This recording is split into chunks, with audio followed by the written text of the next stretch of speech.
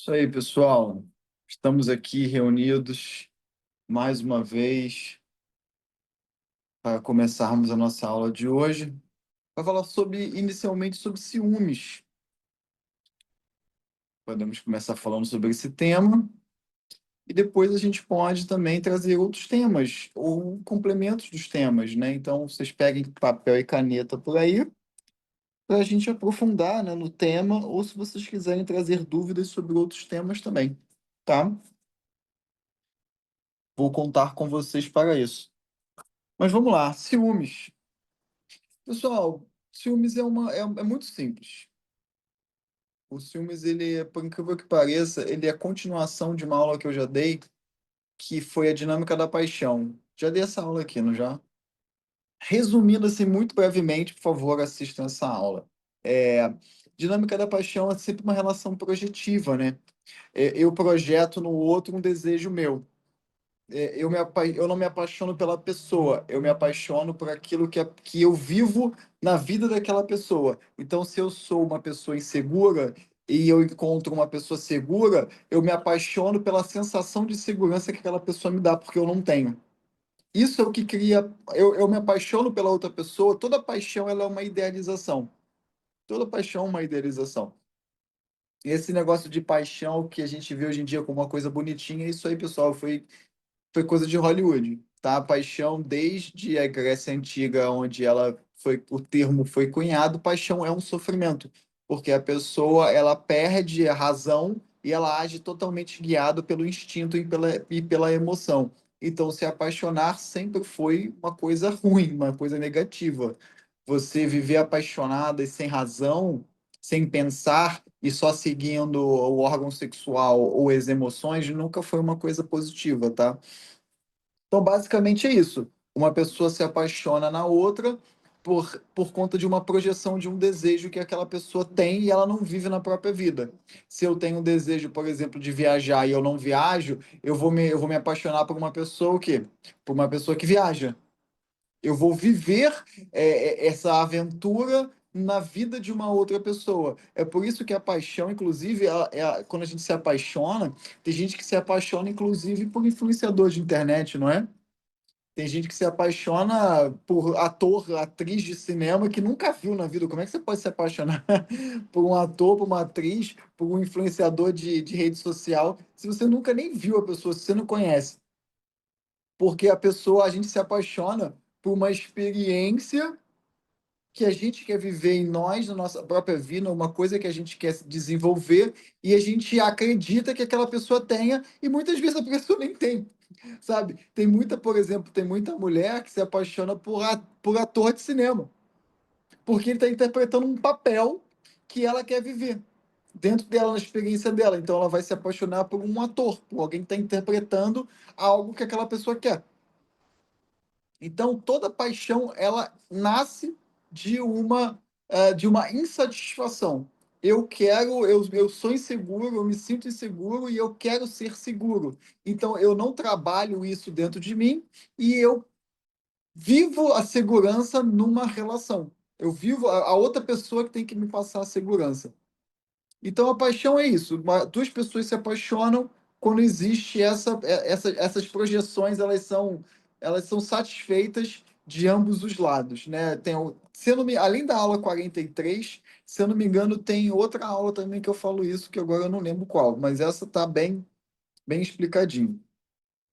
E onde é que o ciúme entra isso? O ciúme entra quando a pessoa tem medo de perder essa experiência que ela vive na outra pessoa.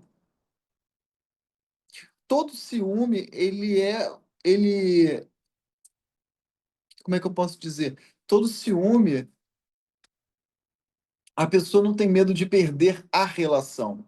A pessoa tem medo de perder aquilo que aquela pessoa dá para ela. Vocês vão perceber que onde existe ciúme, não existe amor genuíno. A pessoa não tem medo de perder o relacionamento no sentido de perder a relação, sabe? Ou perder a pessoa nesse sentido. Tem medo de perder algo do qual ela utiliza naquela outra pessoa, porque a paixão não deixa de ser uma utilização. A paixão é: eu me apaixono por você porque você tem aquilo que eu quero viver em mim. A partir do momento que a pessoa quebra essa ilusão, a partir do momento que a pessoa quebra essa dinâmica, a paixão acaba. Então a paixão, o ciúme, ele é um subproduto da paixão quando a pessoa, por algum motivo, ela tem medo de perder aquela projeção. Então eu sou inseguro, eu estou namorando uma pessoa segura. Só que aí, essa pessoa que eu me sinto seguro com ela, vamos supor que ela saiu de casa e foi comprar pão.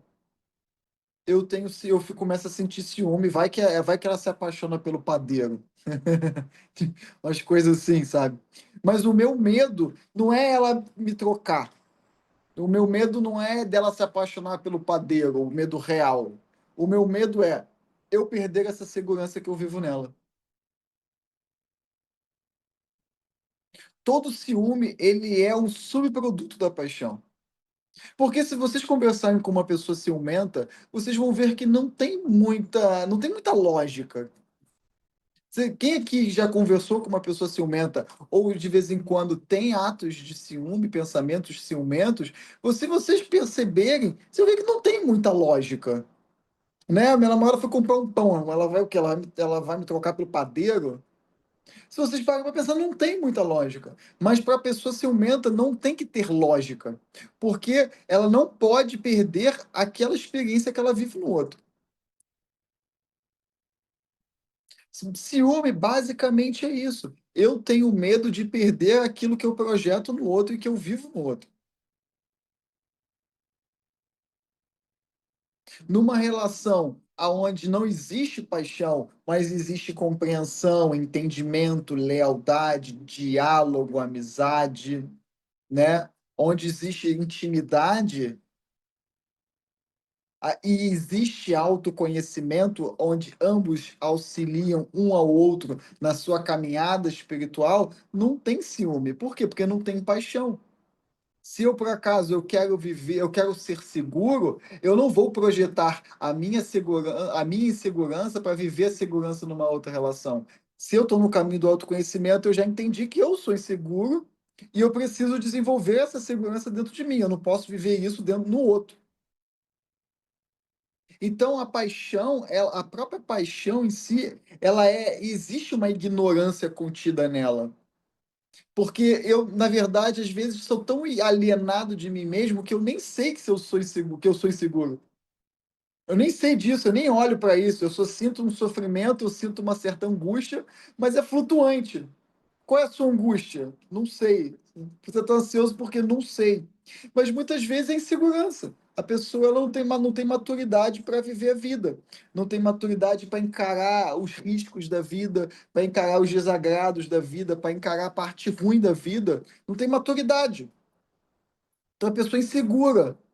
Ah, vou arranjar um emprego. Ah, mas se ninguém gostar de mim? Ai, se meu chefe não gostar de mim? Ai, se eu for muito mal e tudo mais. Então a própria pessoa é imatura e ela não consegue ir para a vida, ela não consegue expandir na vida e ela vê uma pessoa fazendo isso. Aí ela se apaixona por essa pessoa. E aí o medo de perder o que vive nessa pessoa é o que dá o ciúme. O ciúme não vem de medo de traição, por exemplo, não se resume a isso. O medo que vem da pessoa trair, deixar ela, vocês vão perceber que muitas vezes a pessoa ciumenta, ela até tolera uma traição, desde que ela não perca o objeto dela, de qualquer projeção que seja. Quem aqui já passou por isso ou já viu casais assim? A pessoa ciumenta, ciumenta, ciumenta, aí pum, descobre uma traição. É capaz da pessoa continuar. Por quê? Porque você pode me trair desde que você não me deixe, sabe? Desde que eu possa continuar vivendo isso que eu quero em você. Muitas pessoas encostadas, por exemplo, que são assim, têm ciúmes, aí pode até descobrir uma traição, mas tipo assim, tá nem aí. desde que continue me dando aquilo que eu quero. Desde que isso que eu vivo em você, eu continue vivendo. O ciúme, ele é um subproduto da paixão. Toda pessoa ciumenta é uma pessoa que está idealizando. Se você tem alguém que na sua relação que tem ciúme de você, essa pessoa ela tem medo de perder alguma coisa que ela projeta em você. Ela não tem ciúme porque ela te ama e não quer te perder. Ela não quer perder algo que ela utiliza em você. E é daí que vem o ciúme. Tanto que tem gente que tem ciúme de pessoas que nem conhece, não é? Eu já conversei com pessoas que têm ciúme de pessoas que nem, principalmente pessoas famosas. Por que geralmente as pessoas se apaixonam por pessoas famosas? Porque as pessoas estão em evidência, né? A pessoa está em evidência e muitas vezes interpreta um papel e as pessoas se apaixonam. Nossa, como fulano é seguro, né? Como fulano é maduro. E às vezes nem é, mas está interpretando um papel ali, né? E a pessoa às vezes está em evidência, e quando você está em evidência, as pessoas idealizam você de tudo que é jeito. Pessoas vão idealizar você de alguma maneira. Por quê? Porque, pessoal, mais de 90% dessa humanidade são de pessoas completamente alienadas. As pessoas não têm autoconhecimento de uma maneira geral. Então, basta você estar em evidência que você já está sendo idealizado por 90% das pessoas. E elas vão se apaixonar por você. Como que elas... Aí você pergunta, Henrique, mas como que elas podem se apaixonar por mim se elas nem me conhecem? Porque elas estão idealizando em você, elas começam a pensar que você tem, elas começam a viver dentro delas alguma coisa que elas acham que você tem. Ah, o Henrique ele é muito seguro. Prato cheio para idealização de pessoas inseguras, que nem me conhecem, mas se apaixonam muitas vezes. Basta você estar em evidência que muita gente vai começar a te idealizar, vai começar a se apaixonar e vai começar, inclusive, a ter ciúme. Vai começar a exigir cada vez mais, né? Muito comum, pessoal, muito comum. Pessoas já completamente alienadas de si mesmas, que não fazem a menor ideia do que elas querem da vida, né? Fazem a menor ideia do que falta dentro delas, do que elas querem viver na vida, e simplesmente vão saindo projetando tudo isso nas outras pessoas. Aquela pessoa que é tipo, joga um anzol. A pessoa que abocanhar o anzol, aí, meu filho, é daí que vem o ciúme. Todo ciúme, ele é fruto de uma paixão, que é fruto de uma idealização, que é fruto de uma ilusão. Ou seja, todo ciúme, ele é uma idealização, é o medo de perder uma idealização que vive na outra pessoa. Quer dizer, então, que se a pessoa tem ciúmes de mim, que ela não me ama, genuinamente não. Não é que a pessoa não goste de você, mas existe uma. Ela tem um medo muito grande de perder uma idealização, de perder uma experiência que ela vive através de você. Ficou claro? Simples. Não ficou claro, gente?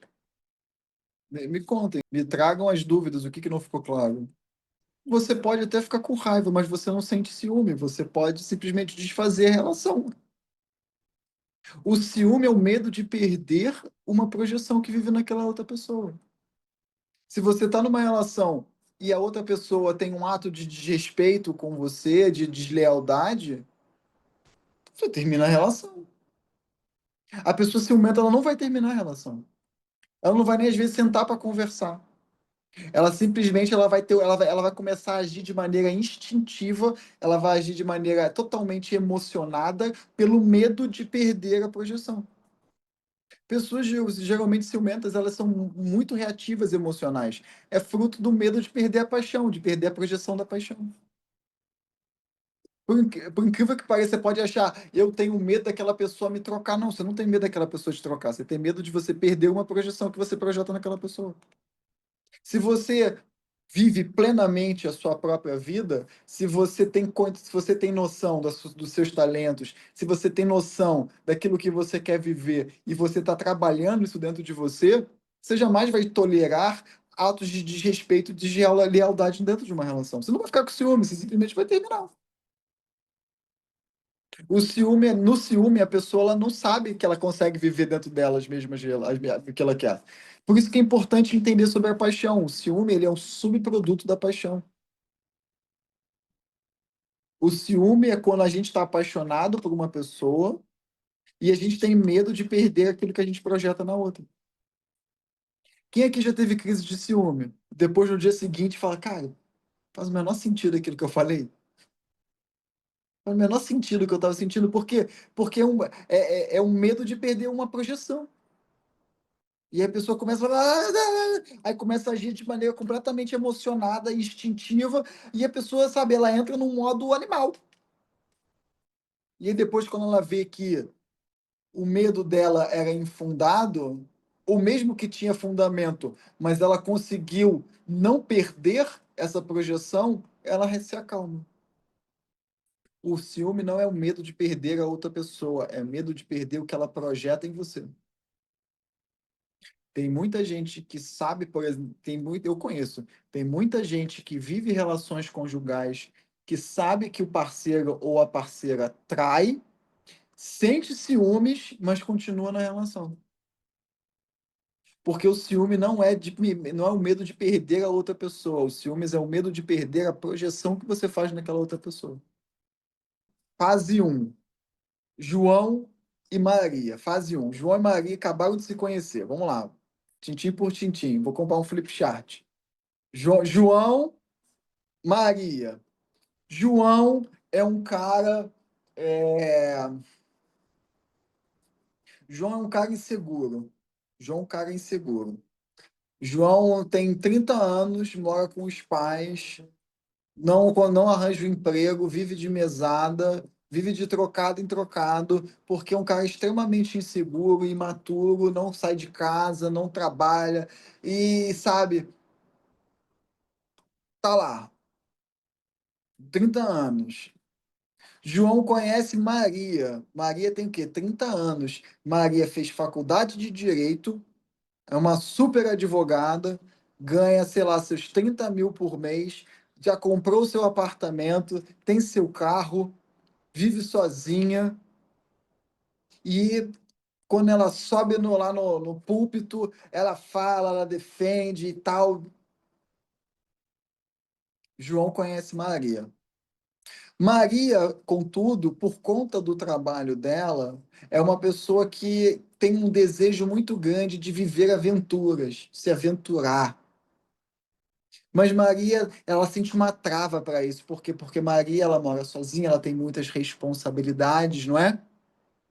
E aí ela não consegue se aventurar, ela não consegue tirar férias, por exemplo. Ela não consegue se divertir, porque o trabalho exige o quê? Exige muita rigidez. Então a Maria é muito segura, mas ao mesmo tempo ela também é muito rígida. Ela não sorri muito, ela não tem muitas aventuras. Para ela tem que ser tudo muito controlado, tem que ser muito tintim por tintim, pipipi, papapá. Porém, João é o cara da vida, né? João viaja de vez em quando, que os pais, quando os pais viajam, ele viaja junto, pega o cartão de crédito dos pais, e aí vai para lá, vem para cá. João é um cara, né? É o cara da noite, né? É um cara o que, ó, malemolência, o cara do riso frouxo, o cara que conversa com todo mundo, né? É o cara e tal, que eu não sei o quê. O cara super aventureiro, já fez sexo na praia, no aeroporto, no avião, na rodoviária. Maria não consegue, Maria não consegue. Maria tem que fazer na cama e ainda por cima o quê? Tem que ter o lençol por cima, porque não pode mostrar muito por quê? Porque é muito rígida e tal, que não sei o quê, papapá, né? Tal. João conhece Maria. Paixão à primeira vista, não é? Por quê? Porque Maria tem esse desejo da aventura, da malevolência, de sorrir mais, se acha muito rígida. Então ela vendo o João, o cara lá, malevolente, pá, não sei o quê. Pô, eu quero isso, eu quero viver isso. Eu quero, pô, ele viaja, ele pega, sei lá, o carro dos pais e vai, sabe? Não é? E, pô, eu quero isso, eu quero essa liberdade. Eu quero essa, tipo, pô, bora comprar passagem e tirar um final de semana para ir, sei lá, para Paris e voltar. Vamos pegar. Maria tem esse dinheiro, mas ela não tem o quê? Ela não tem essa liberdade. João, o quê? Tem a liberdade, mas não tem dinheiro. Não tem a segurança de Maria. Então, pá, paixão à primeira vista. Maria projeta em João viver aventuras, ser mais livre, ter mais malevolência, né? E João projeta em Maria o quê? A segurança, o dinheiro, a maturidade, o compromisso que João não tem. Pum, paixão à primeira vista, pessoal. As projeções, elas são de João e de Maria são congruentes. João acolhe a projeção de Maria. Tu quer ser aventureira? Isso tudo silencioso, tá, pessoal? Ninguém discute isso. Mas, tipo assim, tu quer ser aventureira? Bora comigo. João pega Maria e dá um. É meio chulo falar isso. Tô pensando em uma outra forma de falar.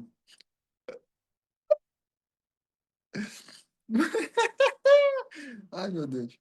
Tô pensando aqui em uma outra forma de falar. Enfim, João vai pegar Maria e vai fazer Maria viver fantasias sexuais e fantasias, né? Vai dar um trato, né? Vai pegar Maria e vai cá, Maria. A Maria o quê? Vai pegar a coberta, não, bora aqui, João, né? Vai dar um chá de, enfim, vocês sabem qual é a palavra. Fala, o João vai pegar o Não, sai fora, Maria. Que coxa o quê? Bora agora aqui, pai, vai. E vai pegar um carro e vai lá na praia deserta de noite, plau, plau, play. E vai, não. Mas João, que não sei o que, não, Maria, não. Vamos para Roma, vamos comer pizza em Roma agora. Mas como assim é? Pô, pega o cartão de crédito de Maria, compra passagem para todo mundo, vai lá. E aí chega em Roma e é pá, é play. E Maria fica encantada, claro, tudo com o dinheiro de Maria, né? João trabalha. Então, a segurança financeira, a segurança emocional que João não tem, vive em Maria. E a aventura, a malevolência, a liberdade que Maria deseja viver, ela vive em João. Qual é o problema disso? Pô, Henrique, beleza. Isso não é ótimo, né? Estão felizes, né? O que importa. Os jovens falam isso, né? Os jovens do Carpe Diem falam isso, né? Tão felizes é o que importa. Nada disso, senhoras e senhores. Qual é o problema da paixão? O problema da paixão é que é um saco furado. Você pode encher à vontade, que nunca vai ser o suficiente. Na paixão, existe na paixão a própria pessoa não vive dentro dela a experiência que ela quer viver, ela vai sempre precisar o quê? Da experiência do outro para dar para ele ou para ela. E qual é o problema disso? Não existe limite. É que nem droga. A pessoa vai querer cada vez mais e mais. Então, o João vai querer o quê? Cada vez mais segurança de Maria. João vai querer o quê? Vai se mudar para casa de Maria, vão namorar. Imagina, aquele relacionamento paixão, paixão louca, Henrique. Tô apaixonada, Henrique. Mulher da minha vida, minha alma gêmea. Alma gêmea não, Henrique, é chama gêmea. Chama gêmea não, Henrique. É sei lá os termos que as pessoas inventam hoje em dia. Não, aí tipo, aí já tá morando junto. João já se mudou. Fala, pai, mãe, vou casar. Já tá morando junto. Quanto tempo de relação, Henrique? 2 semanas. João já pegou as trouxas, porque João não tem muita coisa, né? Só pegou as camisas que ele tem, o videogame dele, e foi morar na casa de Maria, né? Foi morar na casa de Maria. Vocês estão rindo? Casos reais, tá, pessoal? Foi morar na casa de Maria. Já tá lá o quê? De samba, canção, cueca, 24 horas por dia. E Maria tá o quê? Só no escritório de advocacia dela, que ela ralando pra caramba, aí chega em casa, cansada, tá lá o quê? João de cueca jogando videogame. Aí Maria chega em casa, aqui que o João fala, aí, bora comer uma pizza. Só exigindo mais, mais e mais. Ah, pega o teu cartão de crédito, vamos comprar uma pizza. Isso terça-feira, comprar pizza, beleza. Aí Maria pede a pizza, compra a pizza. Aí, onde é que a gente vai viajar final de semana? E só exigindo segurança de Maria. Ah, mas João, o dinheiro tá acabando. Ah, não, mas você consegue, você é capaz. João é capaz? João não é capaz, mas Maria é capaz. Então trabalha mais, ganha mais processo.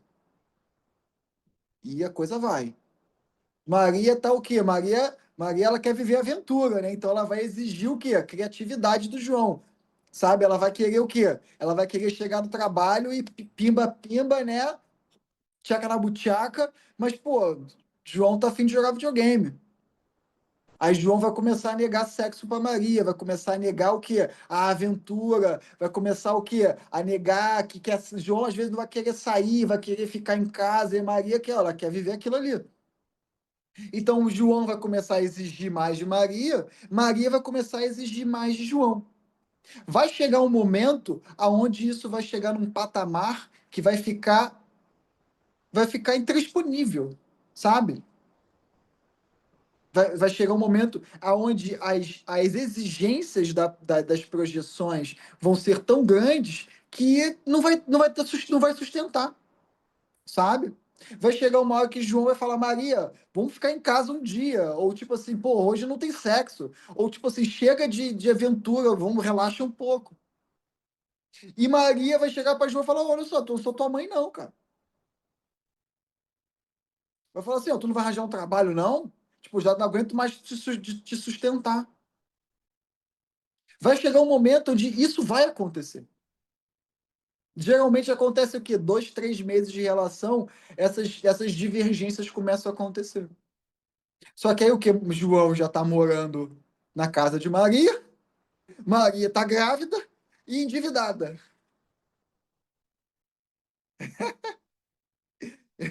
É, pois é. E aí, o que que faz? Geralmente, o que acontece? Quando acontece essa primeira divergência, acontece ali o quê? A primeira quebra da projeção. Acontece a primeira quebra da projeção. João começa a perceber o quê? Que não vai ter a segurança em Maria. Maria negou a projeção dele. Porque até então, João e Maria estavam o quê? João e Maria, eles estavam nesse jogo projetivo e um estava sustentando a projeção do outro, né? Só que quando acontece essa primeira quebra, tipo, João, não vou te dar o que você quer, Maria, não vou te dar o que você quer, acontece o quê? A quebra da paixão. Acontece a quebra da projeção. A pessoa desapaixona. E aí é onde cai, a razão volta. A projeção ela quebra, a emoção e a razão ela vem à tona. E aí Maria começa a pensar: Jesus, eu tô grávida desse Zé Ruela que é um encostado. E João olha para Maria e fala assim: cara, Maria não é isso tudo que eu pensava, sabe? E aí uma coisa que começou em paixão vira ódio. Amor não vira ódio. Paixão vira ódio. Porque você começa a odiar aquela pessoa que fez você agir de maneira apaixonada e impensada. Amor não vira ódio. O que vira ódio é paixão, é projeção. É por isso, por exemplo, que nas relações terapêuticas é muito comum a relação de amor e ódio, mas não é o amor que se transforma em ódio, é a idealização do paciente ou da paciente no terapeuta, que quando o terapeuta, de maneira terapêutica, quebra essa projeção, aí vem o ódio. E aí, ao mesmo tempo que o terapeuta está ajudando aquela pessoa, porque, pessoal, terapia é pura projeção. Terapia é por espelho. O terapeuta vai viver ali um papel onde o paciente ou a paciente vai projetar no terapeuta as relações com o pai, com a mãe, com o marido, com a esposa, as relações traumáticas que viveu na infância. A pessoa vai projetar no terapeuta todas essas relações. E aí o terapeuta vai ter que o quê? Sustentar essas projeções e manejar para entender o paciente ou a paciente. E muitas vezes é terapêutico quebrar essa projeção. Porque quebrando a projeção, por exemplo, o paciente projeta uma relação com a mãe do terapeuta. E o terapeuta está sustentando, está entendendo. E aí, quando o terapeuta vai e quebra essa projeção, isso ajuda o próprio paciente a quebrar também a idealização com a mãe. Então, quando ele projeta no terapeuta, o terapeuta vai e quebra, a pessoa começa a entender que ela precisa fazer o mesmo com a mãe também. A mesma idealização quebrada no terapeuta começa a ser quebrada com a mãe. Ou seja, é complexo, né, pessoal? Se tem uma coisa que é complexo, é relações humanas. E vou te falar, ser psicólogo é uma relação, uma profissão extremamente complexa que exige muito conhecimento e muito borogodó social. Exige muita inteligência emocional, intrapessoal e interpessoal.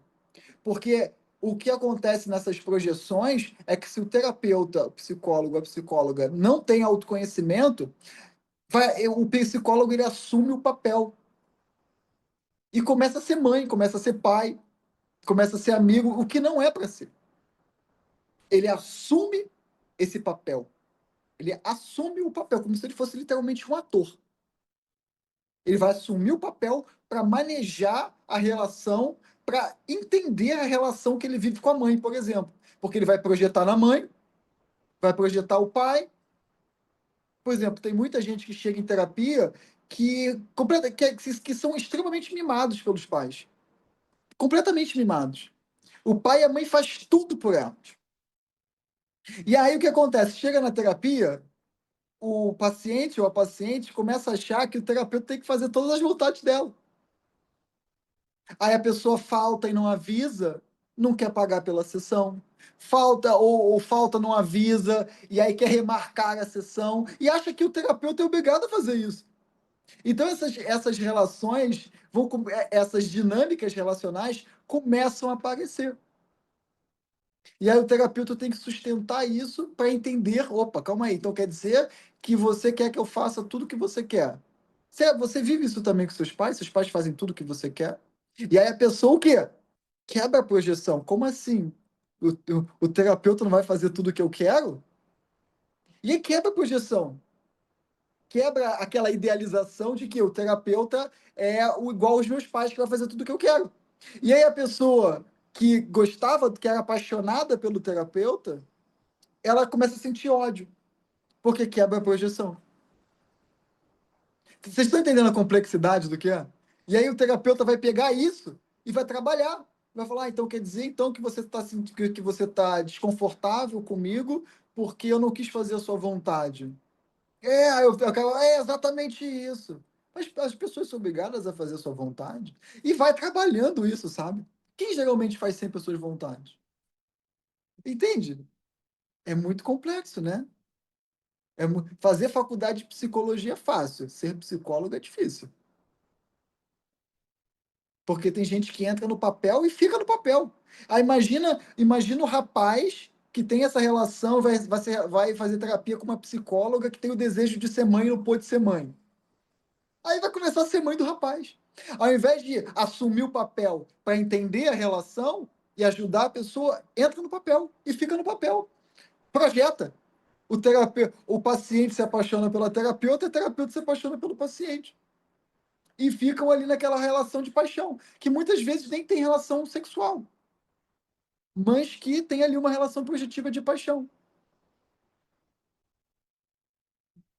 E aí, a psicóloga ou a terapeuta começa a sentir ciúme, muitas vezes, do paciente. Ciúmes de quê? Ah, será que esse paciente está procurando outra psicóloga? Será que ele está falando coisas que a gente fala aqui para outras pessoas? Sabe? Começa a entrar no jogo mesmo. Essa é a dinâmica da paixão. Até aqui vocês entenderam a dinâmica da paixão? Ficou tranquilo de entender? Até aqui, ok. Quebrou a paixão, ódio. Maria tá lá barriguda, grávida, endividada, vendo o João lá, sendo gordo, barrigudo. sentado no sofá, jogando videogame, enquanto ela faz tudo. E João tá lá olhando para Maria como se ela fosse uma chata. Nossa, que mulher chata.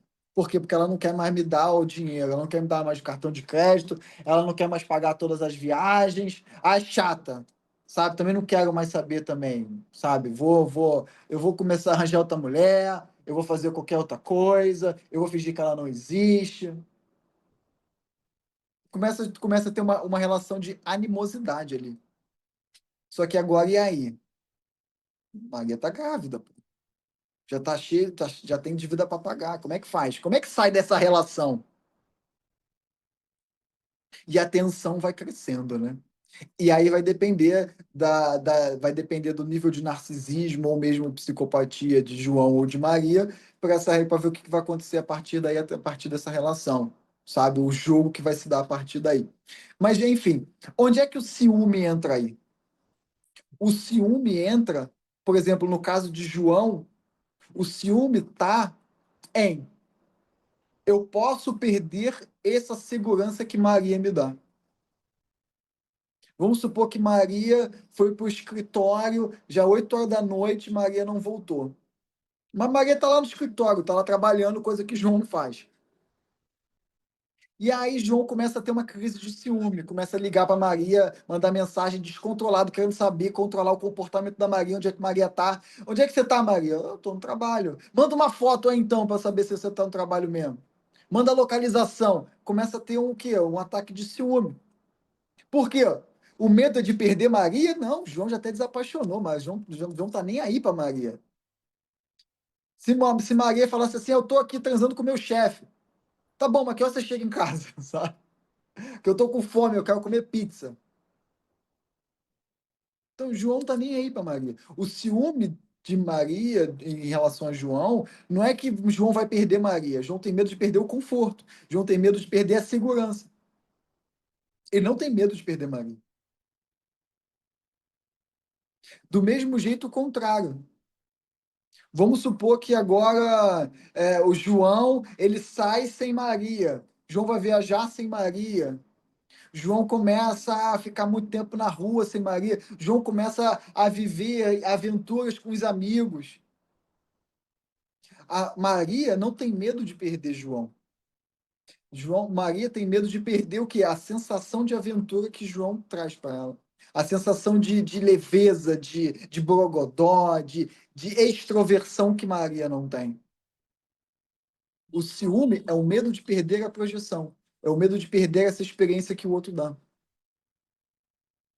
Então, se Maria trocar João por outra pessoa, aí é o problema. Se Maria tiver traindo com outra pessoa, mas continuar na relação, problema nenhum. A questão é perder isso. Se perder isso, é porque o quê? A pessoa arranjou outro relacionamento e vai dar para outra pessoa. Aí tem ciúme. Se a pessoa tem certeza que ela não vai perder aquilo ali, não tem ciúme. Quando Maria chega em casa, por exemplo, sei lá, meia hora depois, e aí João percebe que não perdeu aquilo que não perdeu a segurança, o ciúme acaba. Mas aí, né, as pessoas com ciúme, elas agem de maneira completamente irracional. Aí já vem, né? Aí João começa a chamar Maria disso, daquilo outro.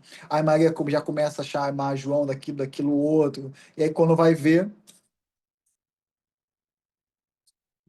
e o ciúme, ele pode acontecer tanto na paixão, quanto quando a paixão é quebrada, está no ódio. O importante é continuar mantendo a experiência projetiva. Na paixão, o ciúme é mais intenso. No ódio, ainda existe ciúme.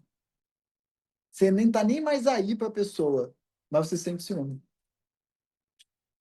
Compreendido aqui? Ficou mais fácil de entender a parte do ciúme? Agora ficou claro? Agora ficou fácil de entender? Senão não tem ciúme.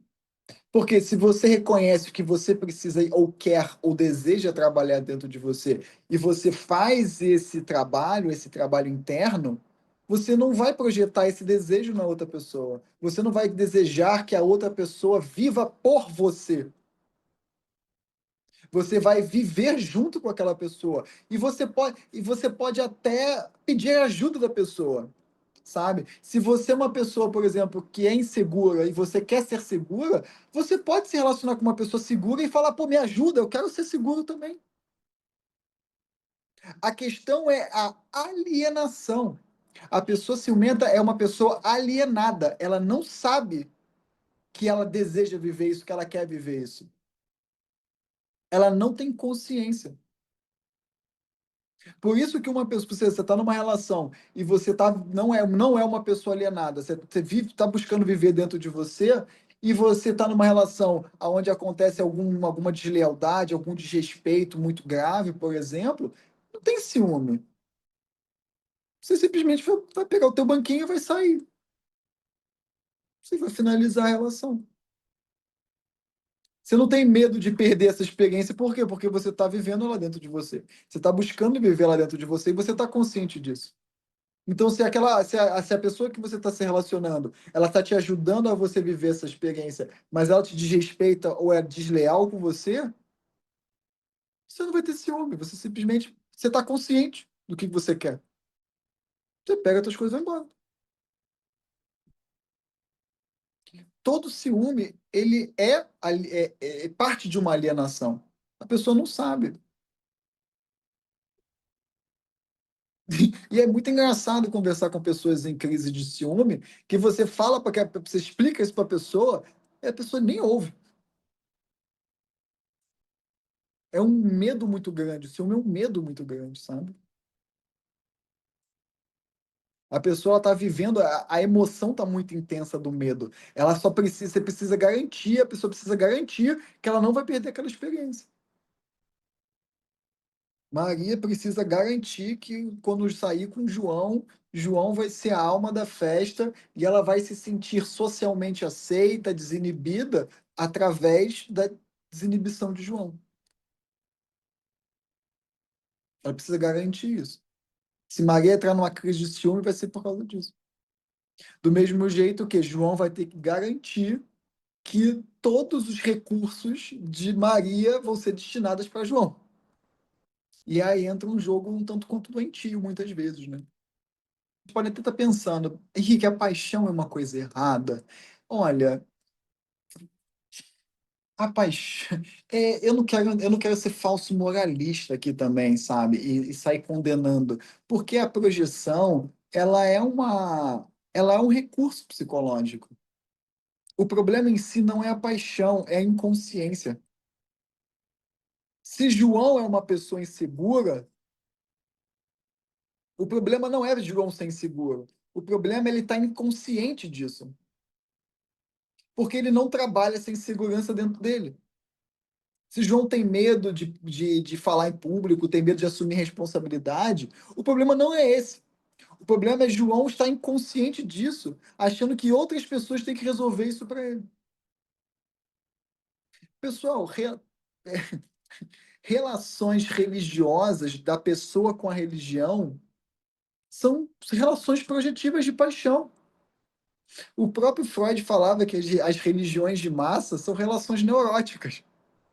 E são de fato. As pessoas se apaixonam pelas religiões, se apaixonam pelos santos, porque os santos se salvaram, certo? Jesus se salvou, venceu o mundo, o santo tal, da religião tal, ele se salvou. Não se salvou? Eu quero me salvar. Então o que que eu faço? Eu vivo a salvação em Jesus. Não tem aquela frase, só Jesus salva? Pessoal, Jesus não salva ninguém, a salvação é individual. É uma relação projetiva, é uma relação de paixão. A pessoa se apaixona pela religião. Ela acha que é a religião que vai salvar ela. Eu só preciso o quê? Ir na missa, senta, levanta, levanta, senta, levanta, levanta, senta, não é? Eu só preciso ir lá no terreiro, tomo um banho daqui, um chá daqui, tomo um passe, vou no centro espírita, tomo um passe, faço o meu trabalho voluntário uma vez por semana e eu estou salvo. Pessoal, isso não existe. A pessoa se apaixona pela religião ou pela doutrina espiritual. E ela acha que é o quê? Que é aquilo que vai salvar ela, quando na verdade não é. A salvação, ela é individual. Então a pessoa se apaixona pelo santo tal, pelo Deus tal, pelo sei, o Messias tal, que eu não sei o quê, achando que é aquilo que vai salvar. É relação projetiva. E aí chega, por exemplo, eu e fala assim: olha, Jesus não salva, não. A pessoa ela começa a sentir ódio de mim. Por quê? Porque eu quebro a projeção daquela pessoa. Eu quebro a idealização dela. E ela começa a sentir ódio da religião, não, ela começa a sentir ódio de mim, porque foi eu que quebrei. A pessoa adulta imatura, quando ela vai fazer terapia comigo ou com qualquer psicólogo, psicóloga que tenha maturidade, começa a odiar. Por quê? Porque a criança, toda criança é apaixonada pelos pais. Toda criança tem paixão pelos pais. E é comum que seja assim. Normal que seja assim. Só que o que acontece? Se essa paixão não é quebrada, que o Freud foi chamar de complexo de Édipo ou narcisismo primário, não é quebrado, o adulto vai achando que os pais que têm que resolver a vida deles. E aí chega na terapia, o terapeuta fala o quê? Teu pai não tem que resolver a tua vida, não. Tua mãe não tem que resolver a tua vida, não. Esse é o problema teu, você que tem que resolver. É responsabilidade tua. A pessoa começa a ficar com ódio do terapeuta. Porque o terapeuta vai quebrando a projeção de quê? De que meus pais têm que fazer tudo por mim. Que os meus pais têm que assumir a responsabilidade da minha vida por mim. Vocês percebam que é o quê? É tudo paixão, é tudo projeção. Pais também se apaixonam pelos filhos. Meu filho é a razão da minha vida, não é? Meu filho, minha filha é o amor da minha vida, é a razão do meu viver. Não, seu filho não é a razão do teu viver, seu filho não pode ser a razão do teu viver. A razão do viver do teu filho tem que ser ele mesmo. A razão do teu viver é a tua própria vida. E aí o que que acontece? Quando o filho ou a filha, que se Deus, por alguma bênção divina, começa a se desenvolver e querer ir para a vida, o pai ou a mãe não aceita. Começa a fazer chantagem emocional. Se você for embora, eu vou entrar em depressão. Ou quando o filho ou a filha já começa a fazer um movimento para isso, a mãe ou o pai já começa o quê? Aí vai, começa a entrar em depressão, aí fica doente, inventa doença. Para o filho não ir para a vida, para a filha não ir para a vida. É uma relação projetiva de paixão também. Vocês percebam que a paixão não necessariamente ela tem sexo. Não necessariamente vai ter relação íntima sexual. A menina vai se apaixonar pelo cantor sertanejo. Nem conhece o cantor sertanejo, né? A paixão não necessariamente tem relação de cunho sexual. É a dinâmica de eu estar vivendo numa outra pessoa algo que eu não vivo dentro de mim, que eu quero viver. E eu projeto esse desejo na outra pessoa e vivo pela outra pessoa. A menina lá vai se apaixonar pelo cantor sertanejo e ela vai viver alucinações. Ela vai alucinar. Ela vai alucinar o quê? Que tá entrando no show de mão dada com ele, que vai encontrar com ele num show e ele vai se apaixonar por ela, não é? Adolescente tem muito disso. Não, ele vai se apaixonar por mim, eu só preciso ir no show dele lá e ficar gritando. E o cantor, que não é bobo nem nada, vai ganhar dinheiro em cima dessas trouxas. Vai ganhar dinheiro em cima dessas paixões. Não, aqui, eu tô aqui, me vê e tal. O que que a menina tá dizendo? Se apaixona por mim também, sabe? Acolhe essa minha projeção. Enquanto isso, ela vai alucinar. E tem pessoas que alucinam 20, 30 anos, pessoal. Algumas caem na real, vai amadurecendo, cai na real. Tipo assim, cara, essa é uma paixão. Tipo assim, tô apaixonado, a paixão não foi correspondida. E a pessoa desapaixona, quebra ali a paixão e segue a vida. Aí vai lembrar, não, quando eu era adolescente, eu lembro que eu era apaixonada lá na banda tal, no fulano tal, que não sei o quê, né? Mas a pessoa, ela consegue, ela se frustra porque a paixão não foi recebida lá, e ela se frustra, lida com a frustração e segue a vida. Tem gente que a frustração não acontece ou não lida bem com a frustração e continua apaixonado. E paixão, pessoal, não acontece só entre homem e mulher, homem, não. Tem um homem, por exemplo, que tem um desejo de ser espiritualizado, que se apaixona por guru.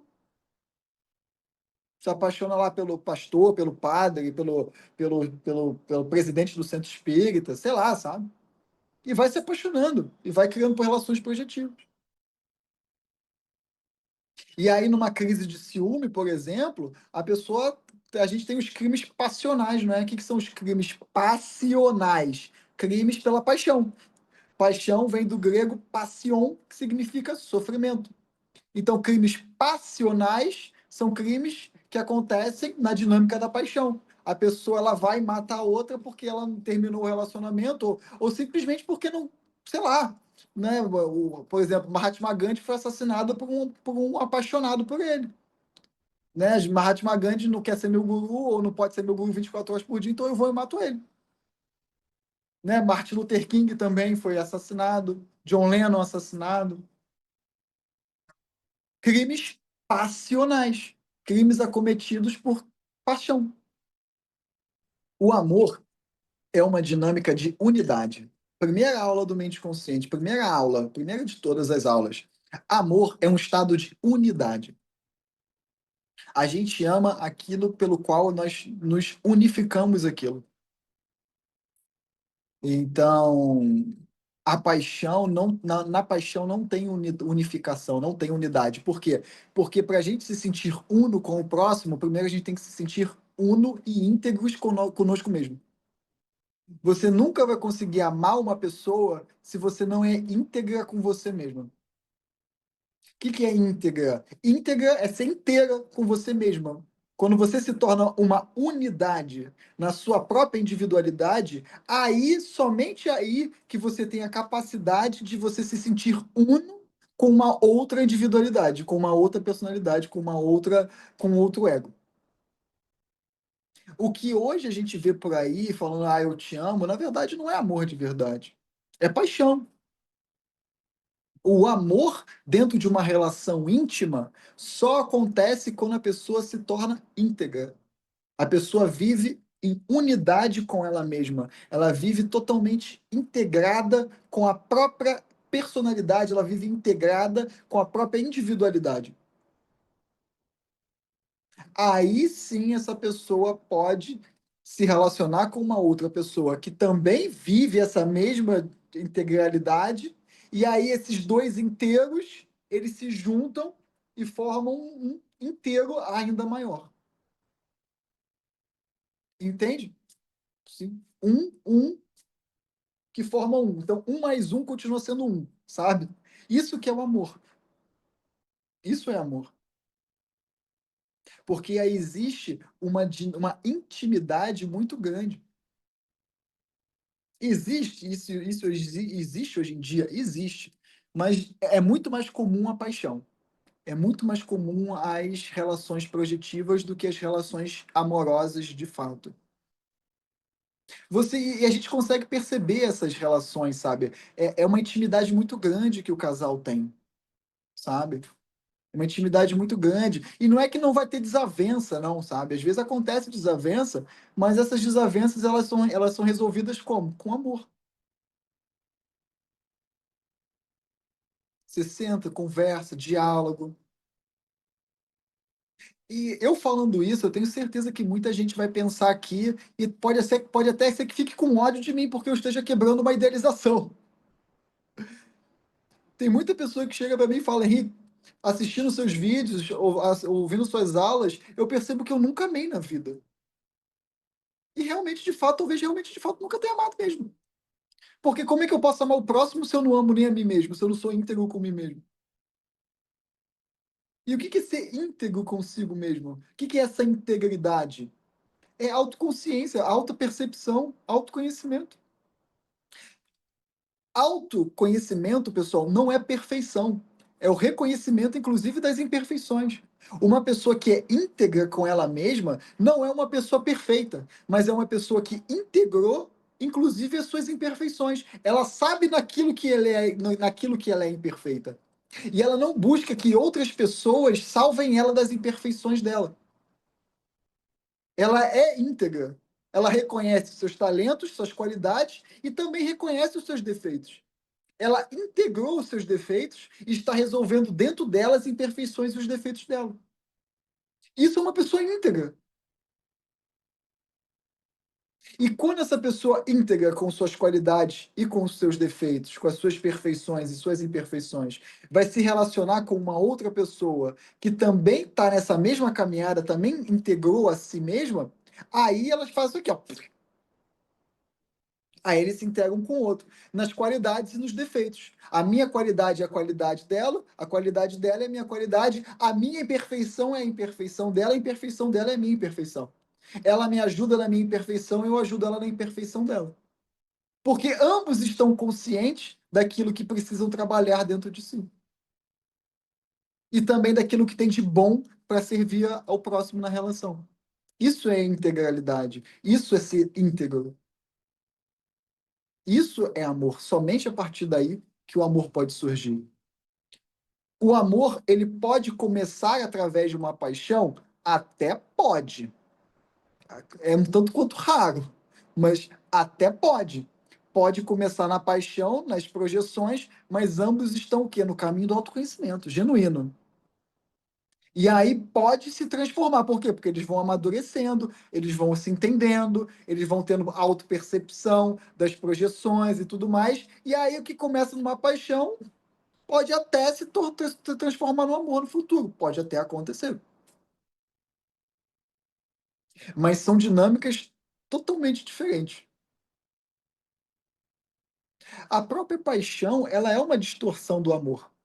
Porque a pessoa, quando ela se apaixona, ela quer viver aquilo. A pessoa, quando se apaixona, ela quer viver aquela experiência. Só que ela acha que é o outro que tem que dar essa experiência para ela. Enquanto no amor, ela se integra. Ela sabe que é ela que precisa resolver isso dentro dela mesma. Então a paixão, ela é uma distorção do amor, porque no amor a pessoa busca dentro de si, na paixão a pessoa busca fora. Então a própria paixão, ela é uma distorção do amor. É uma mudança de percepção. É muito interessante ver as relações de paixão das pessoas com religião. É um negócio muito engraçado. A pessoa acha que o padre que vai salvar, que é o pastor que vai salvar, que a pessoa acha que é o chá que vai salvar, não é? Hoje em dia tem essa também. Tô com um problema na vida, eu preciso tomar o chá.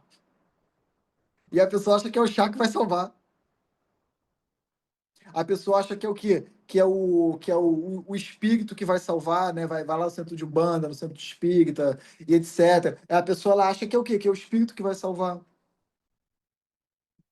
Que é a palavra lá, arrebatadora, não sei das quantas, que vai salvar. Quando, na verdade, o trabalho genuíno é fazer as pessoas voltarem para dentro de si para buscar essa integralidade, para buscar ser íntegros. Não é Jesus que salva, Jesus é apenas um exemplo para salvação pessoal. Jesus não vai salvar ninguém. Jesus foi um exemplo da salvação individual. Você pode ter Jesus como um exemplo para você seguir a sua própria salvação. Você pode ter o santo tal, o guru tal, o mestre tal, como um exemplo para vocês seguirem para a salvação individual. Vou fazer igual o fulano fez, vou fazer igual o fulano fez e vou adaptar a minha própria individualidade. Ok. Você não está se apaixonando pela religião, ou pelo santo, ou pelo guru. Você está simplesmente trazendo o exemplo. Você só vai projetar se você não tiver consciência. A própria projeção é um mecanismo inconsciente. Ninguém projeta de maneira consciente. Se você projeta de maneira consciente, você trabalha dentro de você. Entende? A própria projeção, ela é inconsciente. A projeção, quando ela se torna consciente, ela não se torna doentia, entende? Ela não se torna desequilibrada. Você, por exemplo, você, Bruno, chega para uma mulher e fala assim: eu sou um cara inseguro. Só um exemplo, tá? Não é que você seja, só um exemplo. Eu sou um cara inseguro e eu sei que você é uma mulher segura. Me ajuda a ser seguro?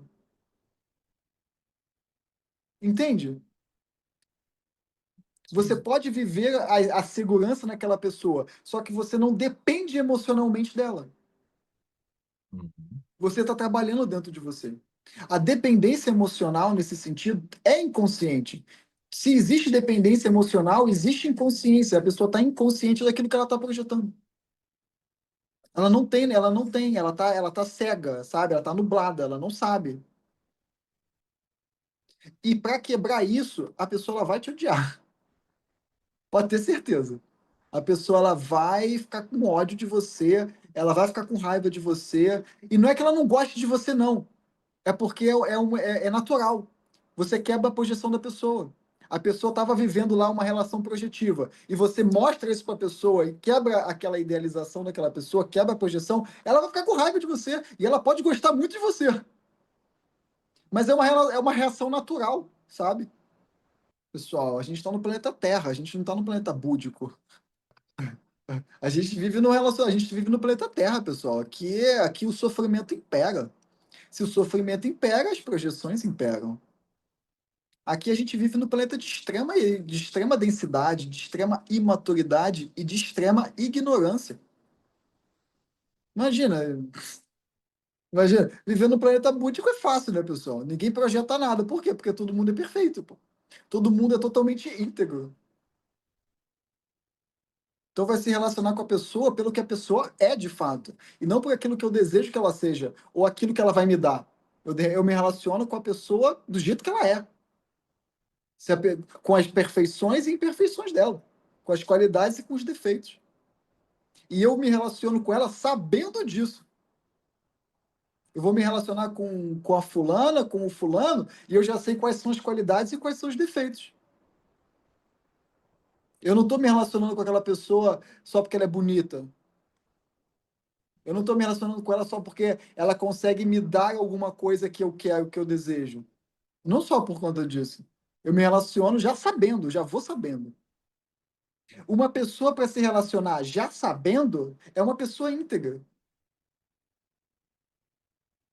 Para a gente reconhecer as qualidades, os defeitos dos outros e se relacionar com o outro, ponderando a depender do nível de imperfeição daquela pessoa, porque tem pessoas que são tão perturbadas que não dá nem para se relacionar.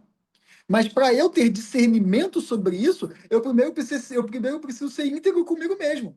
Eu preciso saber quais são as minhas limitações, quais são os meus defeitos, quais são as minhas imperfeições, quais são os meus talentos, as minhas qualidades também. O que acontece de uma maneira geral é que as pessoas não são íntegras com elas mesmas. Elas não sabem nada sobre si, ou sabem muito pouco, extremamente imaturas. E aí, obviamente, não vai ter discernimento na hora de se relacionar com uma pessoa. Aí vai olhar o rostinho bonitinho e vai falar, "Ah, mulher da minha vida." Vai rolar, vai ver lá um bíceps, né? O bícepsinho, vai falar, pô, esse cara aí é minha alma gêmea. Pô, tu nem conhece a pessoa, pô. Aí sim é projeção. Porque as relações projetivas também são muito criativas, sabe? Muitas pessoas, por exemplo, muitas mulheres que sofreram relações abusivas no passado, elas vão confundir proteção com ciúme. Elas vão confundir proteção com o quê? Com controle. É pura projeção. Eu me sinto extremamente insegura. Então eu vou me relacionar com uma pessoa que o quê? Que me passa essa segurança. E às vezes o cara é um controlador narcisista. E o cara fica ligando para ela de 5 minutos para saber onde tá, e ela tá achando que isso é o quê? Não, porque ele tá cuidando de mim. Não, Henrique, não, ele não é controlador, não, ele tá cuidando de mim. Não, graças a Deus eu tenho um homem que cuida de mim. Eu falo, assim, cuidado não. Isso é controle.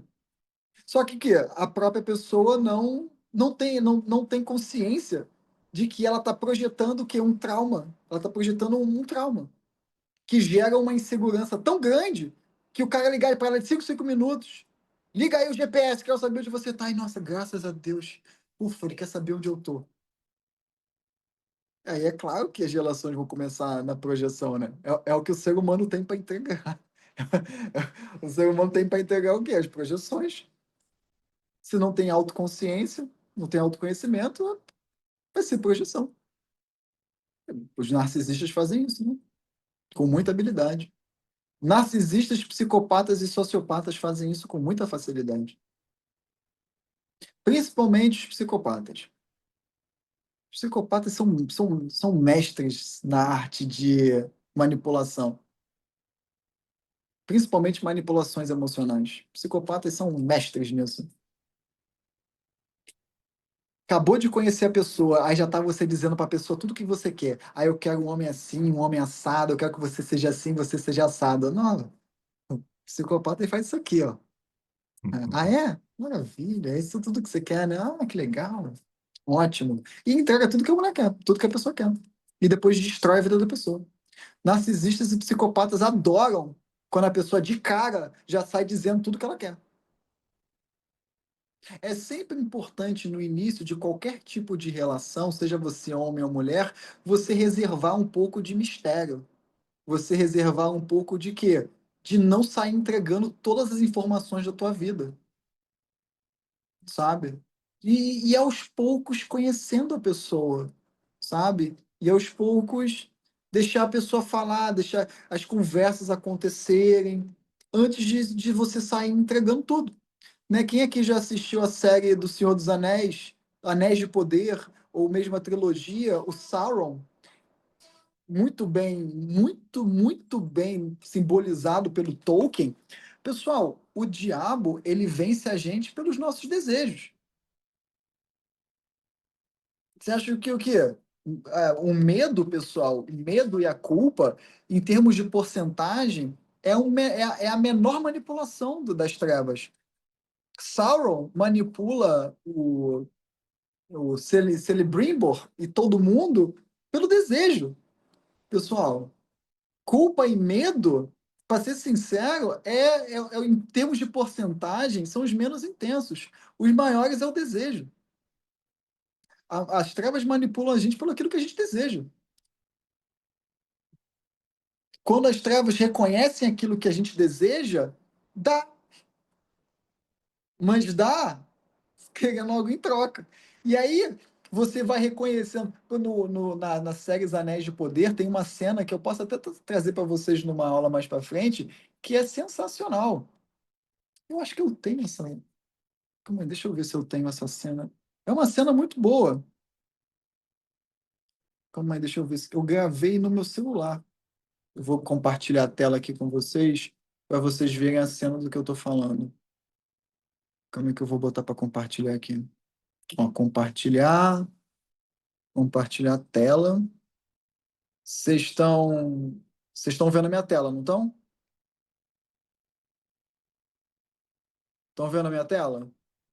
Sim, Tá escrito Senhor dos Anéis, temporada 2, episódio 6. Vocês estão vendo isso? sim. Então vamos lá, vou botar o som para vocês ouvirem 2 minutos. During my brief time in your capture, you seemed intent on finding Sauron.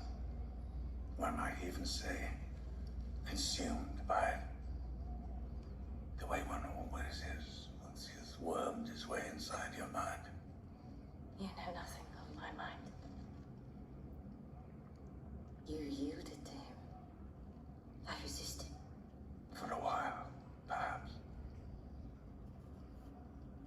But sooner or later he sees you. Not just who you are, but who you wish to be. His eye bores a hole, and the rest of him slithers in. For a while, he even makes you believe that his power has become yours. Irresistible power that makes every desire's fulfillment seem inevitable.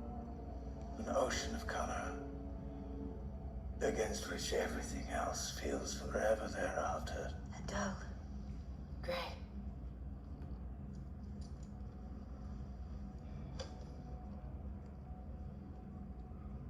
What did he promise you?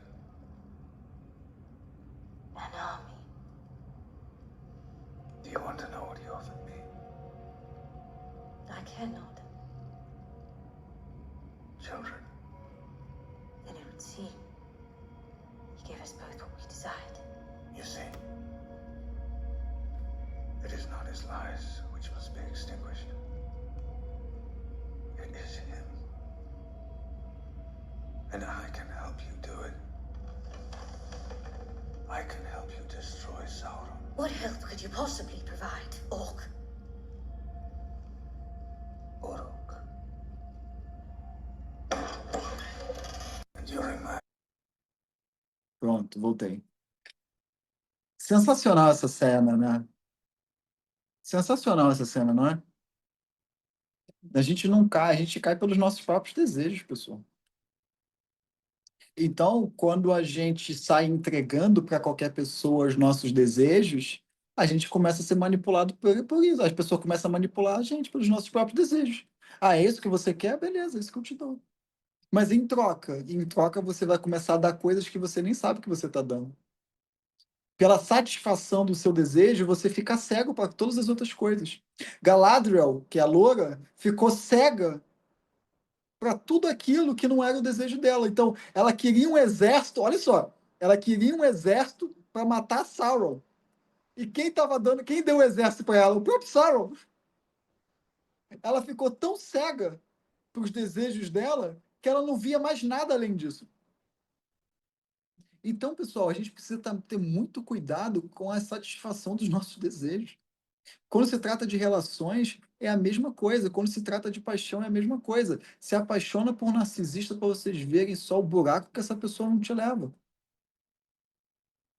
Você fica tão cega porque eu desejo isso. Ele vai te dando. E você fica tão cega na satisfação desse desejo que a pessoa vai comendo a tua vida e tu não tá nem vendo. Dá um ano, você estava pesando, sei lá, 60 quilos, está pesando 40, ansiedade, depressão, dívida, perde casa, perde tudo, e quando vai ver, tipo, o que que aconteceu? E começou tudo isso por quê? Porque você disse o que você desejava, a pessoa foi te dando, tu foi ficando cego, né? Cega de paixão, a pessoa foi, a pessoa, ela incorporou o teu desejo, foi dando, tu fica cego para tudo, e quando tu vai ver, se apaixonar por psicopatas e narcisistas, pessoal, é um buraco sem fundo. Precisa ter muito cuidado com isso. As pessoas, elas acham que a vida é tipo Hollywood, sabe? Aí eu vou me apaixonar pela pessoa que vai se apaixonar por mim. Não, mas essa pessoa, ela tá no caminho do autoconhecimento, ela me ama mesmo de verdade. Quem aqui já se relacionou, quem aqui já se relacionou, se apaixonou por narcisistas e psicopatas, sabe muito bem do que eu tô falando. Sabe muito bem o que eu tô falando. A gente precisa tomar muito cuidado com essas relações projetivas. A gente precisa tomar muito cuidado com os nossos próprios desejos, inclusive. Às vezes a gente deseja tanto uma coisa e aquela pessoa dá pra gente. E a gente vai ficando cego para qualquer outra coisa que a pessoa está fazendo. Eu acho essa frase, seja você mesmo, muito perigosa. Porque eu não costumo usar muito essa frase e eu acho ela muito perigosa. Ah, seja você mesmo. Tá, mas às vezes a pessoa acha que ela está sendo ela mesma, mas não está sendo ela mesma, sabe? Às vezes a pessoa está vivendo uma ilusão e tá achando que está sendo ela mesma. É por isso que eu falo, autoconhecimento. Eu prefiro conhece-te a ti mesmo do que seja você mesmo. Porque o seja você mesmo dá a entender que a pessoa já sabe quem ela é. Conhecer a si mesmo é um trabalho que a pessoa contínuo, que a pessoa precisa continuar fazendo sempre. Então é muito mais fácil uma pessoa se perder em ilusão achando que ela está sendo ela mesma. Enquanto que o conheça-te a ti mesmo, a pessoa ela fica nesse trabalho de autoaprimoramento, de autoanálise constante, sabe? Ah, não, eu tô sendo eu mesmo, mas, sabe, às vezes a pessoa está só reproduzindo comportamentos da infância ou comportamentos infantis, ou tá repetindo simplesmente padrões disfuncionais e está sendo ela mesma. Sabe, que não é o síndrome da Gabriela, eu nasci assim, eu vou ser assim, eu vou morrer assim, e ela acha que ela está sendo ela mesma. Ah, então, sabe, às vezes a pessoa está num padrão disfuncional de sofrimento, e ela fala, não, mas eu sou assim, eu estou sendo eu mesmo. Não, cara, tu não está sendo você mesmo, você está sofrendo. Você tem que mudar isso. E a pessoa, não, estou sendo eu mesmo, na verdade. Na verdade, não, a pessoa não está sendo ela mesma, ela está repetindo um comportamento traumático, ela está repetindo um comportamento disfuncional, ela está repetindo uma neurose, e ela acha que ela está sendo ela mesma.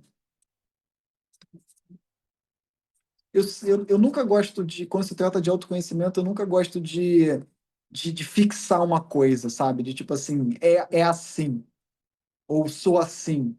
Eu sempre gosto de estou sendo, eu sempre gosto de movimento, sabe? Não, nada que deixa tudo muito fixo. Mas eu gosto de coisas que dão movimento, sabe? Como se fosse uma continuidade, eterna. A gente nunca para, a gente está sempre andando, a gente está sempre caminhando, a gente está sempre evoluindo, a gente está sempre se aprimorando, se conhecendo. Eu acho muito perigoso, tipo, eu já me conheci, estou sendo quem eu sou, sabe? Eu acho isso um tanto quanto vaidoso, arrogante e também um tanto quanto estúpido, sabe? Eu gosto de movimento, sempre se movimentando, sempre se conhecendo, sempre se entendendo, sempre buscando um pouco mais, sabe? Sim, Ah, sim. eu já sou quem, eu já sou eu mesmo, sabe? É o devir, né? Na filosofia. É, é Uhum. isso, sabe? Mesmo porque, se você analisa dessa forma, as próprias relações, você não se prende nas relações também, né? Porque o que hoje faz sentido e é bom, vamos dizer, e pode ser essa complementaridade saudável que você estava comentando, que um mais um dá um, Uhum. em alguns anos pode não ser, né? E se você se apega nisso, no que já foi, mas não é mais, você acaba entrando de novo na projeção, né? E tentando reviver aquilo. Continua sendo, continua sendo. É porque, como eu disse, como essas relações hoje em dia são muito raras, a gente acha que, tipo assim, aquele casal ali, um mais um é igual a um, mas aí não passou a não dar certo. Nesse tipo de relação não existe isso. Mesmo que eles se separem, não se separam porque não deu certo. Uhum, Não tem como um mais um dar um e passar e dar errado. uhum, Mesmo que aconteça a separação, nesses casos, não foi porque está dando errado. Foi porque, sei lá, vai saber os desígnios divinos para cada alma, né? Mas se acontece a separação, não é porque deu errado, não. Às vezes é porque realmente, de fato, eles têm que experimentar coisas diferentes a partir dali. Mas uhum, não foi porque deu errado. E a separação é numa boa. E provavelmente continuam sendo amigos, sabe? A única diferença é o quê? Que vai ter um pouco, talvez tenha um pouco mais de distância física, às vezes nem sempre também, mas essas separações, quando acontecem, não acontecem porque dá dando errado. Entende? Porque se um mais um é um, se vivem na unidade, vai dar errado. Não vai se separar porque começou a dar errado. Se começou a dar errado porque não tinha unidade para início de conversa. Tava cada um vivendo as suas próprias projeções. Né? Tava cada um vivendo as suas próprias idealizações. Aí o que acontece? Aí as projeções param de acontecer, as idealizações foram quebradas, aí começa a dar errado. Não. Uma relação onde existe uma unidade íntegra com uma outra unidade íntegra e elas se fundem, se tornando unha e carne, assim, digamos, né, nos casamentos, no simbolismo do casamento. Se acontece separação, não foi porque deu errado, não. As relações, elas continuam, pessoal. A gente está aqui para experimentar, a gente está aqui para aprender, a gente está aqui para muita coisa, que não é só viver relação, sabe? As relações, elas são ferramentas, elas são instrumentos para a nossa evolução espiritual. A gente não está aqui para casar e ser feliz no casamento nesse sentido, como o casamento ou a relação for o fim em si mesma. Relacionamentos são um meio para um fim, sabe? Não existe nada mais, juro para vocês, não existe nada impulsionador mais do que uma relação aonde ambos estão caminhando para a iluminação espiritual. Pessoal, é que nem um grupo. Um grupo que caminha junto por um destino, pô, a pessoa pode fazer o que quiser. Quanto mais for mais forte e coeso for esse grupo, nada para esse grupo. Agora imagine vários casais dentro desse grupo, sabe? É como se fosse uma célula menor dentro de um grupo. Então, um casal que é unido por um projeto, por uma caminhada, por um destino, por um objetivo em comum, pessoal, pô, não tem o que quebra, sabe? os relacionamentos, eles são um meio para um fim, eles não são um fim em si mesmo. Vou casar para ser feliz, vai ser feliz. Não vou casar para ser feliz. Eu vou casar para unir forças com uma pessoa que tem o meu mesmo objetivo que eu e que quer construir a mesma coisa que eu. Vai casar com uma pessoa com que você tem objetivos totalmente diferentes. Não tem como, sabe? É impossível. É cada um vivendo a sua própria vida. O casamento não é um fim em si mesmo, é um meio para um fim. Então eu vou casar com uma pessoa que tem os mesmos objetivos que eu e a gente vai unir forças para a gente caminhar junto. Eu ajudo ela, ela me ajuda, eu ajudo ele me ajuda e a gente vai junto, dando de mão dada, cada um, sabe? Ajudando, auxiliando o outro. Agora imagina vários casais assim formando um grupo que sabe que caminha junto, vários casais dentro de um grupo que vai junto. Imagina, pessoal. Vocês vão ter amizade com uma pessoa que quer coisas totalmente diferentes de vocês? Não dá, não dá, não tem como você manter uma amizade. Não tem como. Então, a própria unidade, até mesmo com uma amizade, requer objetivos em comum, não é? Requer hábitos em comum, requer uma vida em comum. Senão não tem como. A pessoa quer uma outra coisa totalmente diferente. Agora, tu vai casar com uma pessoa que é totalmente diferente em hábitos, em objetivos, de construir de vida e de autoaprimoramento e de construção individual também, não dá. Impossível, pô. Não tem como. Essas relações, quando acontece o casamento, de fato, desse tipo de relação, mesmo que terminem, não terminam porque deu errado. Seja por qualquer motivo que seja. Dando para ela a responsabilidade que é dela. Muito simples.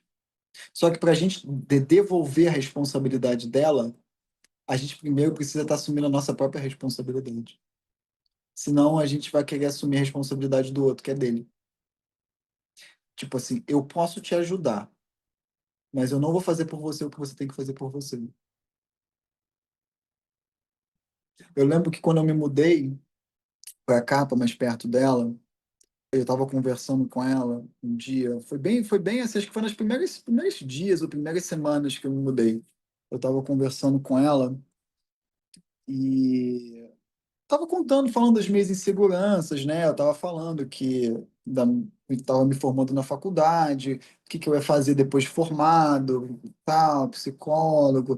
Eu tava falando, tava conversando com ela sobre as minhas inseguranças financeiras, profissionais, todos os planos e projetos que eu tenho para frente, né? Como que eu ia conseguir fazer isso e tudo mais. E eu tava conversando com ela, eu tava me abrindo, assim, expondo as minhas inseguranças, que eu tenho plena consciência de quais são. E ela falou para mim uma coisa que eu nunca esqueci e que para mim, sabe, fez toda a diferença. Ela não chegou para mim e falou assim: "Pô, Henrique, pode deixar que eu vou fazer por você." Ela olhou para mim e falou assim: "Não, você pode ter certeza que você vai conseguir." Entende? Ela não pegou a minha insegurança, trouxe para ela: "Eu vou fazer por você, eu vou resolver, você pode relaxar." Não, ela chegou para mim e falou assim: "Não, eu tenho certeza que você vai conseguir. Você é capaz, você é inteligente." Isso fez toda a diferença. Porque ao invés dela pegar para ela e ela fazer, não, hein, pode deixar. Tá aqui que eu vou fazer isso por você. Não, ela chegou para mim e falou assim: não, a gente se ajuda, a gente caminha junto, mas você consegue. Isso quem tem que fazer é você, e você vai fazer. É assim. A gente ajuda uma pessoa quando a gente não faz mais por ela do que ela está fazendo por ela própria. E a Carla me ajuda pra caramba. A Carla me ajuda muito. Mas ela não faz por mim aquilo que eu deveria estar fazendo. Quando ela me ajuda com aquilo que eu já estou fazendo por mim, sabe? Eu já estou fazendo por mim. E ela vai e me ajuda, ela me impulsiona naquilo que eu já estou fazendo por mim. E quando a mesma coisa com ela. Quando eu vou ajudar ela, eu não faço por ela. Eu ajudo ela naquilo que ela já está fazendo por ela, facilitando, melhorando, mas eu não tiro a responsabilidade dela de fazer aquilo que só ela tem capacidade de fazer. Entende? A gente não coloca o outro numa posição de vítima. A gente não coloca o outro numa posição de autopiedade, de dó, de coitadinho. A gente ajuda, a gente entusiasma, não, vamos embora, vamos fazer, tu é capaz, vamos sim, vamos junto. E, sabe, a pessoa caminha. E aí você vai o quê? Vai empurrando, vai ajudando, vai fazer. Sabe, a pessoa tá com uma dúvida aqui, aqui e acolá. Aí você tira a dúvida, sabe, dá uma opinião e vai junto e pega junto, sabe? Tô com uma caixa pesada aqui, eu tenho que carregar até ali. Pô, por que que eu não posso ajudar a pessoa a carregar a caixa? Claro que eu posso ajudar a pessoa a carregar a caixa. Mas eu não vou carregar a caixa por ela. Carreguei a caixa, coloquei ali, agora é o quê? É o teu trabalho abrir a caixa e desfazer a bagunça que está dentro dessa caixa. É você que tem que fazer isso. Eu posso te ajudar a fazer junto. Eu posso, né, abrir a caixa com você, ver qual é a bagunça e te ajudar a desarrumar. Mas eu não vou fazer por você. Crianças, a gente tem que educar. Crianças, a gente tem que ensinar isso. De acordo com a idade da pessoa, né? Lembra, da última aula eu falei sobre isso, sobre pais suficientemente bons, né? Dependendo da idade da criança, a gente vai o quê? Vai ensinando essa dinâmica. A gente não vai fazendo pela criança, a gente vai auxiliando a criança de acordo com o nível de autonomia que ela consegue ter. Mas nunca sem tirar. Num casamento, essa dinâmica ela é muito íntima, sabe? É uma dinâmica muito íntima que acontece. Mas mesmo dentro de um casamento, a gente jamais pode colocar aquela pessoa como pobre coitada. Às vezes, dentro de um casamento, eu posso estar em condições de fazer mais do que aquela outra pessoa faz. Mas e aí, o que que eu faço? Eu pego ela no colo e levo junto? Não, eu desacelero. Se eu consigo correr a 30 km/h, mas a minha esposa só consegue correr a 15, o que que eu faço? Pego ela no colo e corro a 30? Não. Eu diminuo a minha velocidade e ajudo ela a aumentar a velocidade dela para ela chegar no mesmo ritmo que o meu. Isso é humildade. Eu não fico exigindo dela que ela faça algo que ela não tem condições de fazer naquele momento. Então o que que eu faço? Eu diminuo o meu ritmo e vou ajudando ela o quê? A criar condicionamento físico para ela correr os 30 também. Aí a gente corre junto 30. E aí, a partir dos 30, a gente corre 35, 40, 50, 60 e a gente corre junto a partir daí. Às vezes acontece isso nas relações. Muitas vezes a gente tem que diminuir um pouco o ritmo aqui, um pouco o ritmo, a outra pessoa diminui um pouco o ritmo acolá, para a gente crescer juntos a partir daí, sabe? Encontra um certo equilíbrio, encontra uma certa harmonia, e aí cresce junto a partir daí. A ideia do casamento é exatamente essa. Quando ambos já chegaram numa harmonia, casam e pum, crescem junto a partir dali. O namoro é isso aqui, ó. Namoro um tá aqui, outro tá aqui, e nas finanças um tá aqui, o outro tá aqui, sabe? Nas emoções, na mente espiritual, sabe? Ainda tá na fase de equilíbrio, tá na fase de encontrar o quê? Os pontos em comuns, na fase de encontrar esse equilíbrio, essa harmonia. Encontrou, aí pum, casa e pá, e vai junto, sabe? Só que aí qual o problema disso? Tem que ter paciência, né? Tem que ter discernimento, sabe? Porque tem algumas diferenças, pessoal, que realmente, de fato, são muito complicadas e que não tem, que são irremediáveis, sabe? Aí tem que ter discernimento nisso aqui, porque o namoro, né, tá conhecendo a pessoa, é aquela fase onde você vai vendo se existe possibilidade de um dia isso aqui acontecer. Porque se a pessoa quer coisas diferentes de você, isso aqui nunca vai acontecer. Vai estar cada um correndo para um lado.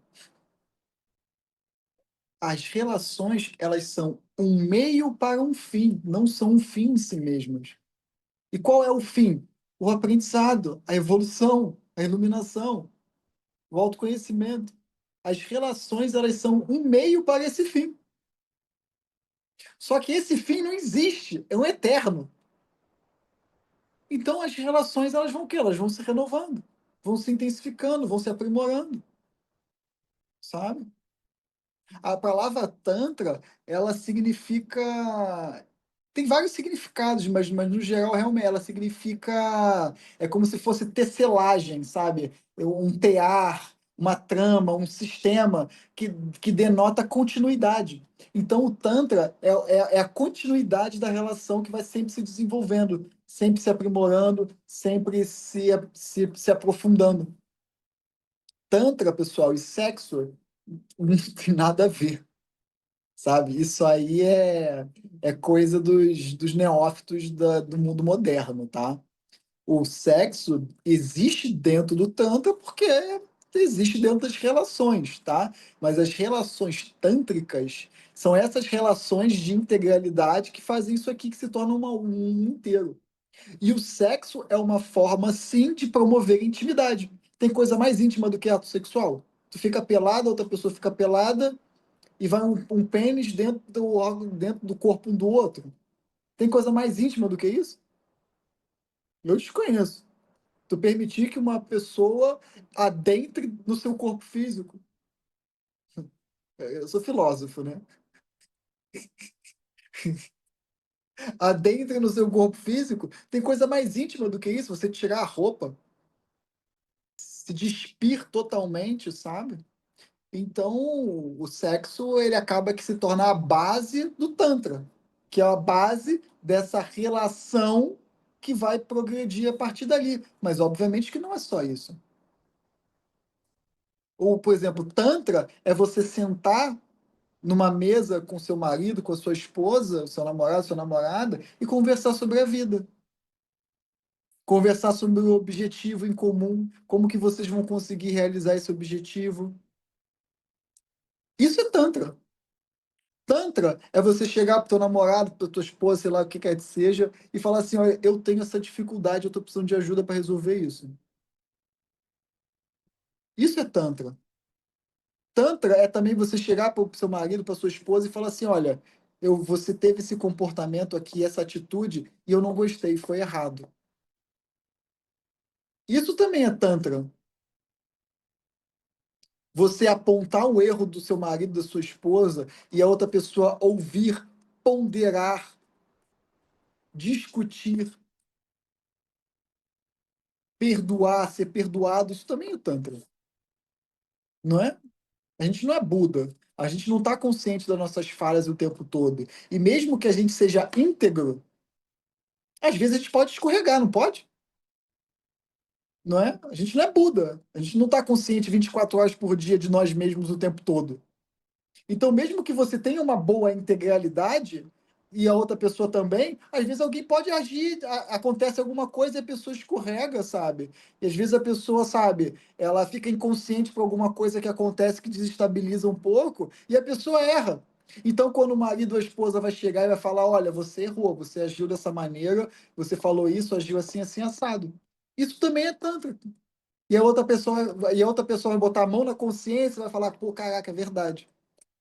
Obrigado por me dizer, obrigado por me falar. Eu nem tinha percebido. Isso não é tantra? É tantra também. Isso tudo leva a um sexo de qualidade, inclusive, né? Porque isso vai gerando intimidade. Isso tudo vai levando ao quê? A um sexo com mais intimidade. Isso tudo vai fortalecendo a base.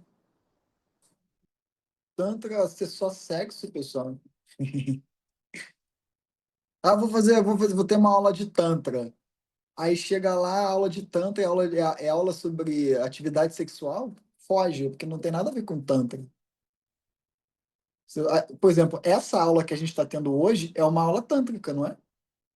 A gente está conversando sobre relações, sobre relacionamentos, sobre escolha de relacionamentos, sobre dinâmicas de relacionamentos, ensinando a vocês sobre relacionamentos. Isso é uma aula tântrica. Tem alguém pelado aqui? Eu imagino que não, né? Tem muita gente de câmera desligada. Mas eu imagino que tá todo mundo de roupa. Ou se não tá com roupa, pelo menos tá, né? Tá entendendo o que eu tô dizendo. Então, pessoal, por hoje é só. Deus abençoe, hoje e sempre.